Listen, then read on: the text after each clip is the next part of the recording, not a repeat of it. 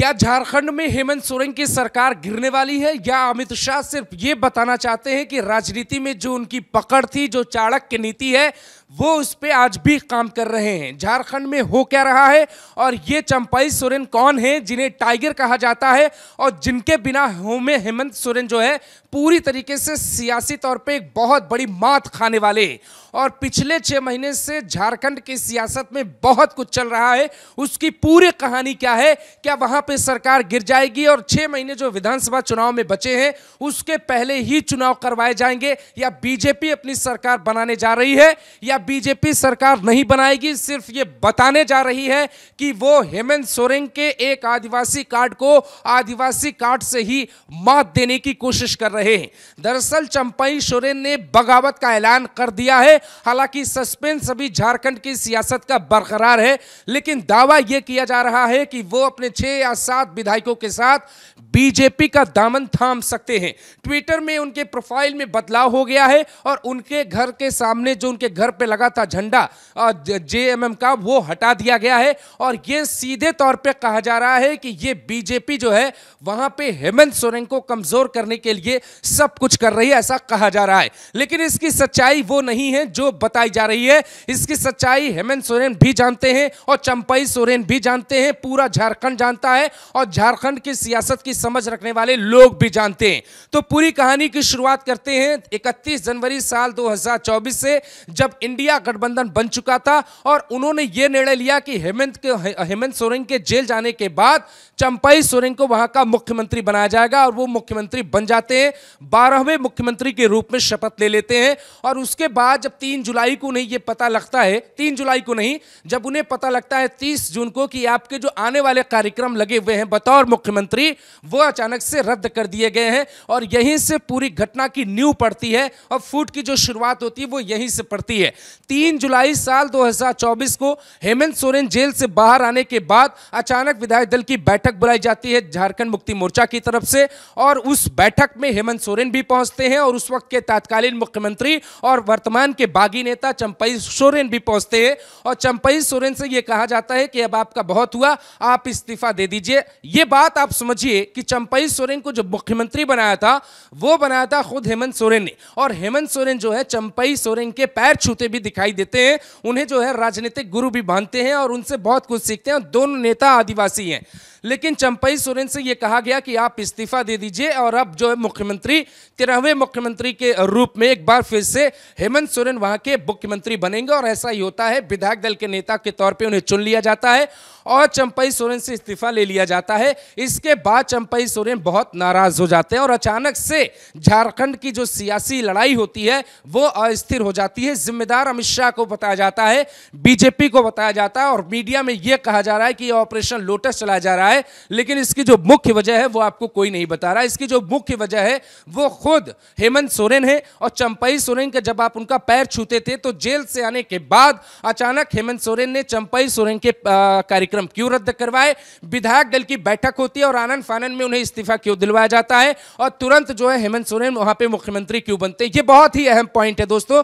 इसी कड़ी में पूरी सच्चाई छिपी हुई है कि झारखंड में ऑपरेशन लोटस चल रहा है या वाकई हेमंत सोरेन अपने आप में बहुत बड़ा नेता वो अपने आप को बहुत बड़ा नेता समझने लगे थे और इस चक्कर में उनसे भूल हो गई। तो पहले आप ये समझिए कि ये जो चंपाई सोरेन है वो है कौन और क्यों ये कहा जा रहा है कि अगर वो अलग हो गए तो बीजेपी सरकार बनाए या ना बनाए, लेकिन चुनाव के नतीजों के बाद बीजेपी को बहुत बड़ा दिखने लगेगी और हेमंत सोरेन की जो राजनीति है उसमें एक बहुत झटका लगेगा। झारखंड में एक इलाका है कोल्हार बोला जाता है, उसमें कई जिले आते हैं और 14 विधानसभा की सीटें आती हैं और उन 14 विधानसभा सीटों का जो राजा कहा जाता है, टाइगर कहा जाता है, वो कहा जाता है चंपाई सोरेन को। और चंपाई सोरेन भी इस बात को बहुत अच्छे से जानते हैं कि वो कोई यूं ही आए हुए नेता नहीं है, पैराशूट लीडर नहीं है। वो 1990 के दशक से झारखंड की राजनीति में है और जब झारखंड को अलग करने की मांग की जा रही थी उस वक्त उन्होंने बहुत आगे बढ़कर आंदोलन किया, जेल भी जाना पड़ा और उन्होंने अपने आप को स्थापित किया। उसके बाद चुनाव लड़ते रहे।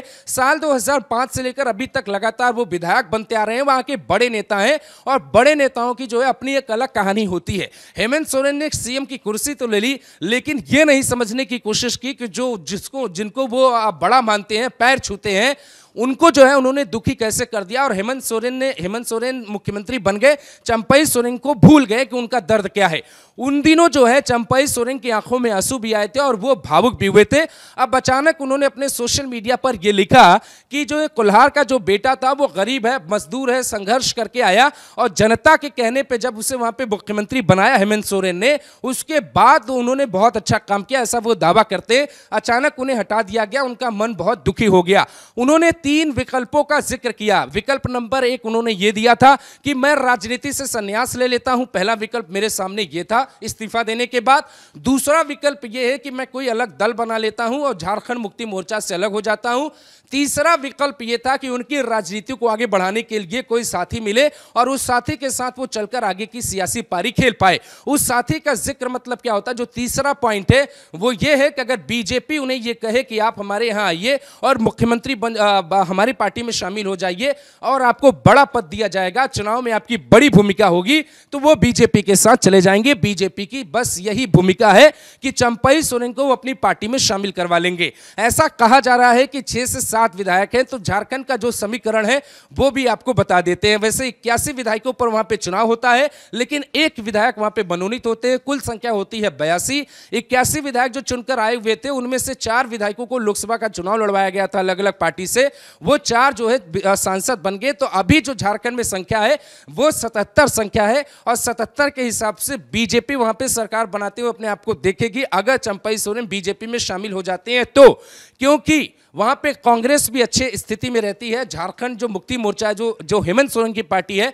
उनके पास 26 विधायक हैं, जबकि 22 जो विधायक हैं वो कांग्रेस के पास है, 1 आरजेडी के पास है। और इस समीकरण के हिसाब से, लेकिन जो नियम कहता है अगर आप पार्टी छोड़कर किसी दूसरी पार्टी में चले जाते हैं और आप अपने विधायकों से समर्थन दे देते हैं तो 2/3 का आंकड़ा आपके पास होना चाहिए। वो आंकड़ा जो है वो नहीं है चंपई सोरेन के पास। इसीलिए ऐसा हो सकता है कि बीजेपी ने शामिल कराए और शामिल कराने के बाद जब ये मसला जाए सदन के भीतर तो सदन में ऐसा हो सकता है कि 6 से 7 और खुद चंपई सोरेन की जो विधायकी है वो रद्द कर दी जाए। इसीलिए अमित शाह यहां पे सरकार बनाने के बारे में नहीं बल्कि हेमंत सोरेन को कमजोर करने के बारे में ध्यान दे रहे हैं। इससे 2 बातें बहुत साफ हो रही है। पहली बात कि जब हेमंत सोरेन को जेल में डाला गया तो विपक्ष ने यह आरोप लगाया कि बीजेपी आदिवासी नेता का विकास नहीं चाहती, इसीलिए बीजेपी को मौका मिल गया है दूसरे आदिवासी नेता के कंधे पर हथियार रखकर चलाने की जो स्थिति बीजेपी के लिए बनी है, बीजेपी उसमें अपना बहुत फायदा देखने लगी है। और जो चंपई सोरेन है वो भी एक आदिवासी नेता है और अगर वो पार्टी से छोड़कर झारखंड मुक्ति मोर्चा छोड़कर बीजेपी में चले जाते हैं तो बीजेपी को इसका एक बड़ा फायदा होगा और जो कोल्हार की 14 सीटें हैं वो बीजेपी के लिए बहुत ही फायदेमंद हो सकती है। इसी अनुमान के साथ पूरे झारखंड में भी पूरी सियासी लड़ाई चल रही है। आप सीधे तौर पे अगर आप समझें तो बीजेपी ये नहीं चाहती है कि किसी भी राज्य में जो क्षेत्रीय पार्टियां हैं वो ताकतवर हों। जैसे हरियाणा के भीतर जो जेजेपी है वो कभी बीजेपी के साथ मिलकर सरकार बनाती है और 10 विधायकों की पार्टी लेकर जब वो आते हैं, पहले ही विधानसभा चुनाव को लड़ते हैं और 10 विधायक जो है तैयार हो जाते हैं। एक खुद वो होते हैं दुष्यंत चौटाला और एक उनकी मां होती है, बाकी 8 पार्टी के विधायक होते हैं। लेकिन झारखंड के साथ साथ जो जेजेपी हरियाणा में भी जो चल रहा है वो भी सब देख रहे हैं कि कैसे हरियाणा की पार्टी टूट की कगार पे खड़ी है और दुष्यंत चौटाला को इस बात की बिल्कुल उम्मीद नहीं थी कि 5 साल के कार्यकाल के पहले उनकी पार्टी धड़ाम हो जाएगी। यह तक कहा जा रहा था कि किसी भी राज्य में कोई भी व्यक्ति अपनी नई पार्टी बनाता है और पार्टी बना के 10 सीटें लेकर आता है और डिप्टी सीएम बन जाता है। यह एक बड़ी राजनीतिक घटना थी, लेकिन उससे भी ये समझ में आता है कि जरूरी नहीं कि आप असफलता तक आप पहुंच जाएं या मंजिल तक पहुंच जाए, आपको उस मंजिल को मेंटेन भी करना पड़ेगा, तभी आप उसके किंग कहे जाएंगे। और शायद ये जो है यहां पे बड़ी चूक हुई है हरियाणा में दुष्यंत चौटाला से, लेकिन झारखंड की सियासत बेहद दिलचस्प मोड़ पर आकर खड़ी हो गई है। चंपई सोरेन का पार्टी छोड़कर जाना हेमंत सोरेन के लिए एक बड़ी राजनीतिक भूल मानी जाएगी और यह बात बहुत अच्छे से लोग जानते हैं, क्योंकि चंपई सोरेन की जो इज्जत थी वो जो है हेमंत सोरेन के जो पिता शिबू सोरेन थे वो भी बहुत अच्छे से करते थे और करते रहेंगे। इसीलिए चंपई सोरेन का जाना कोई छोटी घटना नहीं है और बीजेपी बस इस पूरे खेल में यह फायदा देख रही है कि चंपई सोरेन के साथ 6 से 7 विधायक आ जाएं और आने वाले विधानसभा चुनाव में पार्टी वहां पे अच्छा करे, तो जो गठजोड़ की राजनीति के आरोप लगेंगे, ऑपरेशन लोटस का जो आरोप लग रहा है वो न लग के बीजेपी वहां पे लोकतांत्रिक तरीके से चुनाव जीतकर झारखंड में अपनी सरकार बना सकती है। लेकिन समझिए दोस्तों कि कौन सी ऐसी जल्दबाजी थी कि चंपई सोरेन से अचानक इस्तीफा ले लिया गया। अगर ये आरक्षण, अगर ये जो गठबंधन है, इंडिया गठबंधन, वो कहता है कि वो दलितों, आदिवासियों और पिछड़ों की बात करता है, तो एक आदिवासी नेता को मुख्यमंत्री की कुर्सी से हटाया नहीं गया था। आप गलतफहमी में मत रहिए, उन्हें फेंक दिया गया था बाहर। क्यों फेंकना पड़ा, इसका जवाब आपको खुद तलाशना पड़ेगा। राजनीति में रंग कुछ और, रूप कुछ और होते हैं, दोनों के बीच में ही सच्चाई है।